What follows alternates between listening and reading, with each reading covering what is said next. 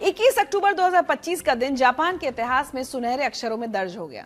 Japan की संसद ने 64 वर्षीय साने ताकाइची को देश की पहली महिला प्रधानमंत्री चुन लिया है। जापान की संसद के निचले सदन में उन्हें 237 वोट मिले, जो 465 सीटों वाले सदन में बहुमत से कहीं ज्यादा थे। लिबरल डेमोक्रेटिक पार्टी की इस नेता ने शिगेरू इशिबा की जगह ली, जिन्हें 2 बार चुनावी हार के बाद इस्तीफा देना पड़ा था। लेकिन क्या आप जानते हैं कि पीएम बनने से पहले साने ताकाइची एक टीवी एंकर थी। जापान में पहली बार किसी महिला ने सत्ता संभाली है, जबकि अगर दुनिया की बात करें तो 65 साल पहले ऐसा हो चुका है। और सबसे दिलचस्प बात यह है कि भारत जैसे विकासशील देश में 59 साल पहले ही महिला प्रधानमंत्री और 18 साल पहले महिला राष्ट्रपति बन चुकी हैं, जबकि अमेरिका जैसे विकसित देश में आज तक कोई महिला राष्ट्रपति नहीं बनी। आइए जानते हैं इस पूरी कहानी को विस्तार से। सबसे पहले बात साने ताकाइची की, जिनका जन्म 7 मार्च 1961 को जापान के यामातो कोरियामा शहर में हुआ था। उनके पिता टोयोटा से जुड़ी एक ऑटोमोबाइल कंपनी में काम करते थे और मां एक पुलिस अधिकारी थी। साने ताकाइची साधारण परिवार से आती हैं और किसी राजनीतिक परिवार की सदस्य नहीं है, जो जापान में कम ही देखने को मिलता है। उनके माता पिता चाहते थे कि वो किसी सस्ते से कॉलेज में 2 साल की पढ़ाई करें, लेकिन साने ने अपनी मेहनत से प्रतिष्ठित कोबे यूनिवर्सिटी में दाखिला लिया। उन्होंने बिजनेस मैनेजमेंट में पढ़ाई की और अपनी फीस के लिए पार्ट टाइम जॉब भी की। घर से यूनिवर्सिटी तक रोज 6 घंटे का सफर वो बस और ट्रेन से तय करती थी। 1987 में उनकी जिंदगी का एक अहम मोड़ आया जब वो अमेरिका चली गईं। वहां उन्होंने डेमोक्रेटिक पार्टी की सांसद पैट श्रेडर के साथ कांग्रेशनल फेलो के रूप में काम किया। हालांकि साने खुद रूढ़िवादी विचारधारा की थी, लेकिन इस अनुभव ने उन्हें अंतर्राष्ट्रीय संबंधों की गहरी समझ दी। जापान वापस आने के बाद साने ताकाइची ने टीवी असाही में एंकर के रूप में काम किया। जापान में टीवी एंकर से राजनेता बनना एक आम रास्ता है, क्योंकि टीवी पर मिली लोकप्रियता चुनाव में काम आती है। 1993 में उन्होंने पहली बार निर्दलीय उम्मीदवार के रूप में चुनाव लड़ा और जीत भी गईं। 3 साल बाद 1996 में वो लिबरल डेमोक्रेटिक पार्टी में शामिल हो गईं।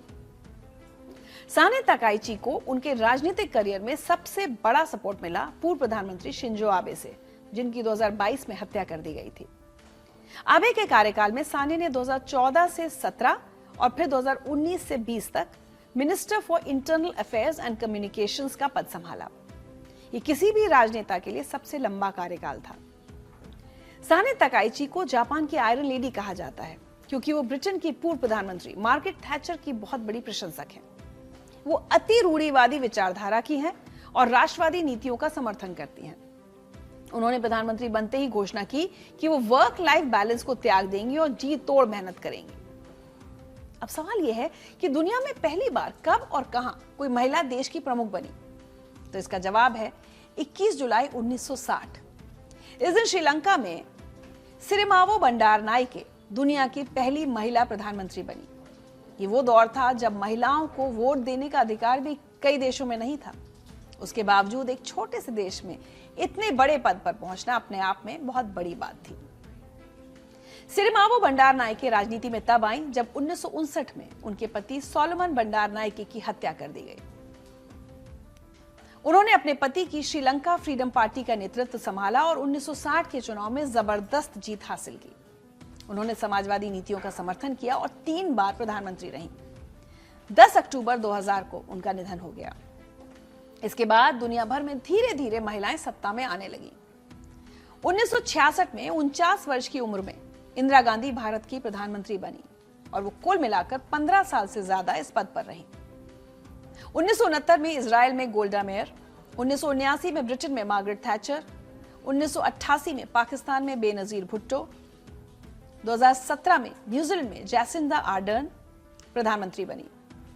1990 के दशक में आयरलैंड में मैरी रॉबिन्सन राष्ट्रपति बनी।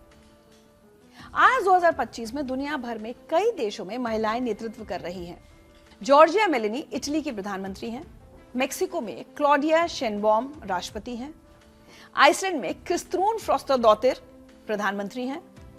नामीबिया में नेतुम्बो नांदेन दाइदवा राष्ट्रपति हैं। लिथुआनिया में इंगा रुगिनियन प्रधानमंत्री हैं और अब जापान में साने ताकाइची प्रधानमंत्री बन गई हैं। अब आते हैं सबसे दिलचस्प तुलना पर। भारत को अक्सर पिछड़ा देश कहा जाता है, लेकिन जब महिला नेतृत्व की बात आती है तो भारत कई विकसित देशों से आगे है। 1966 यानी 59 साल पहले इंदिरा गांधी भारत की पहली महिला प्रधानमंत्री बनी। वो अपने पिता जवाहरलाल नेहरू के बाद ये पद संभालने वाली और देश की एकमात्र महिला प्रधानमंत्री हैं। इंदिरा गांधी ने 1966 से 1977 तक और फिर 1980 से 1984 में अपनी हत्या तक प्रधानमंत्री के रूप में काम किया। कुल मिलाकर 15 साल और 350 दिन का कार्यकाल उन्हें अपने पिता के बाद दूसरी सबसे लंबे समय तक सेवा देने वाली प्रधानमंत्री बनाता है। इसके अलावा 2007 में प्रतिभा पाटिल भारत की पहली महिला राष्ट्रपति बनी। 25 जुलाई 2007 को उन्होंने शपथ ली और 2012 तक इस पद पर रही। वो 65% से ज्यादा इलेक्टोरल वोट से जीती और अपने कार्यकाल में 20 से ज्यादा अंतर्राष्ट्रीय यात्राएं की। उन्होंने महिला सशक्तिकरण, शिक्षा और समावेशी विकास को बढ़ावा दिया। मौजूदा वक्त में भी भारत की राष्ट्रपति एक महिला है, द्रौपदी मुर्मू। वहीं अगर हम अमेरिका की बात करें, जो खुद को दुनिया का सबसे विकसित और शक्तिशाली देश बताता है, वहां आज तक कोई महिला राष्ट्रपति नहीं बनी है। संयुक्त राष्ट्र की महिला संस्था के जून 2024 के डेटा के अनुसार 1993 देशों में से 113 देशों में कभी कोई महिला राष्ट्र प्रमुख या सरकार प्रमुख नहीं बनी है। इसका मतलब है कि केवल 80 देशों में ही महिला नेतृत्व देखा गया है। वर्ल्ड इकोनॉमिक फोरम की ग्लोबल जेंडर गैप रिपोर्ट के अनुसार राजनीतिक सशक्तिकरण के मामले में अमेरिका 143 देशों में से 73वें स्थान पर है। काउंसिल ऑन फॉरेन रिलेशंस के विमेन्स पावर इंडेक्स में तो अमेरिका 69वें नंबर पर है। 2016 में हिलरी क्लिंटन और 2024 में कमला हैरिस दोनों ही राष्ट्रपति चुनाव हार गईं। अब बात करते हैं उन देशों की जहां आज तक कोई महिला राष्ट्रपति या प्रधानमंत्री नहीं बनी। इस लिस्ट में भी कई बड़े और विकसित देश शामिल हैं। अमेरिका के अलावा रूस, चीन, सऊदी अरब, ईरान, दक्षिण कोरिया, वियतनाम, मिस्र, ब्राजील और कई अफ्रीकी देश शामिल हैं। दिलचस्प बात यह है कि कुछ देशों में महिला राष्ट्रपति बनी लेकिन प्रधानमंत्री नहीं, या प्रधानमंत्री बनी लेकिन राष्ट्रपति नहीं।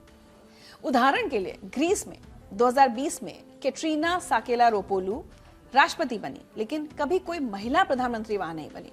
यह दिखाता है कि महिला नेतृत्व की स्वीकार्यता अलग अलग देशों में अलग अलग है। साने ताकाइची की जापान में जीत एक ऐतिहासिक पल है, लेकिन यह सफर अभी लंबा है। जापान जेंडर इक्वालिटी के मामले में विकसित देशों में काफी पीछे है।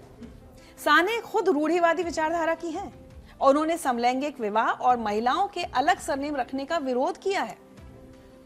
कई लोगों का आरोप है कि वो महिलाओं के अधिकारों के लिए मजबूती से आवाज नहीं उठाती। हालांकि साने ताकाइची के सामने कई चुनौतियां हैं। बढ़ती महंगाई, कर्ज का बोझ, चीन के साथ तनाव और दक्षिण कोरिया के साथ संबंध। वो जापान की 5 साल में चौथी प्रधानमंत्री हैं, जो देश की राजनीतिक अस्थिरता को भी दिखाता है। लेकिन उनकी कहानी एक साधारण परिवार से टीवी एंकर बनना और फिर देश की पहली महिला प्रधानमंत्री बनना लाखों लड़कियों के लिए प्रेरणा जरूर है। तो एक बात तो साफ है, महिला नेतृत्व को लेकर दुनिया धीरे धीरे बदल रही है। 1960 में जब सिरिमावो बंडारनाइके पहली महिला पीएम बनी तो पूरी दुनिया चौंक गई थी। आज 2025 में 80 देशों में महिला नेतृत्व देखा जा चुका है। भारत ने 59 साल पहले कर दिखाया और आज भी दूसरी महिला राष्ट्रपति द्रौपदी मुर्मू है। अमेरिका जैसे शक्तिशाली देशों को भी अब सोचना चाहिए कि क्यों वो आज तक एक महिला राष्ट्रपति नहीं चुन सका। दुनिया आगे बढ़ रही है और असली विकास तब होगा जब हर देश में महिलाओं को बराबर का मौका मिलेगा, चाहे वो राजनीति हो, व्यवसाय हो या समाज का कोई भी क्षेत्र।